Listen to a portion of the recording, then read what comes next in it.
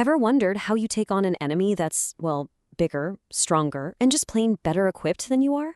Turns out the answer is over 2,000 years old, hidden right in the pages of Sun Tzu's The Art of War. And today, we're going to unpack that exact strategy. I mean, it's the ultimate underdog story, right? You're outnumbered, you're outgunned. So how in the world can the weak actually beat the strong? The answer is this really brilliant concept that can flip a totally impossible situation into a huge win. Okay, so let's dive right in. To really get how this works, we've got to go back to the master strategist himself, Sun Tzu, and his absolute core principle, deception. Listen to this, because everything hangs on this one sentence. Sun Tzu wrote, "Make the enemy reveal his form while I remain formless. Then I can concentrate my forces while he must divide his." Seriously, that one line, that's the key to turning your enemy's greatest strength into their biggest weakness. So what does that actually mean, Xing Ren or Wu Xing?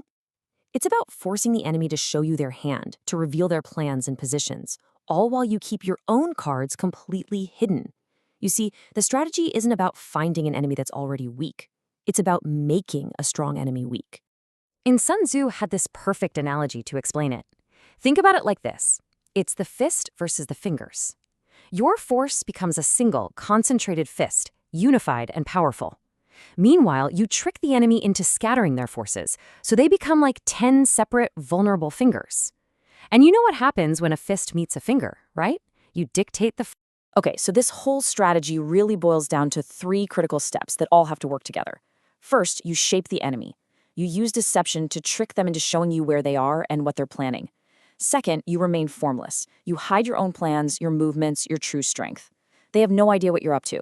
And finally, the payoff. Attack 10 to 1.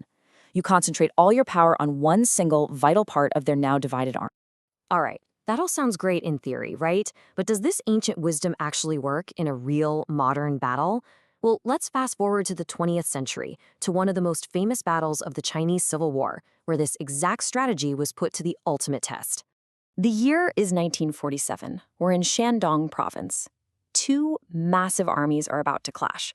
You've got the smaller communist PLA forces facing off against the much, much larger nationalist KMT army. And believe me, this is going to be a textbook example of Sun Tzu's principle in action. And when I say they were outmatched, I'm not kidding. Just look at these numbers. The KMT army had 450,000 troops. The PLA? Only 270,000. It was a true David versus Goliath situation. The PLA was facing an army with nearly double its numbers and way better equipment. Things looked pretty bleak. Now, the KMT commander wasn't stupid. He'd lost battles before, so he came up with what he thought was a foolproof plan. He decided on this slow, dense, almost web-like advance. The idea was to keep his army so tightly packed that there was no way the PLA could isolate and pick off any single part of it. So, how did the PLA respond? This is where it gets brilliant. This is the I remain formless part in action. They staged a very convincing planned retreat. They intentionally left behind clothes, old guns, anything to create the illusion that they were a tired, beaten, and disorganized army on the run. It was all about luring the KMT into a false sense of security. And the bait was taken. Hook, line, and sinker. This is that shape the enemy moment we talked about. The KMT's most elite unit, the 74th Division, led by a particularly arrogant general, totally bought the deception.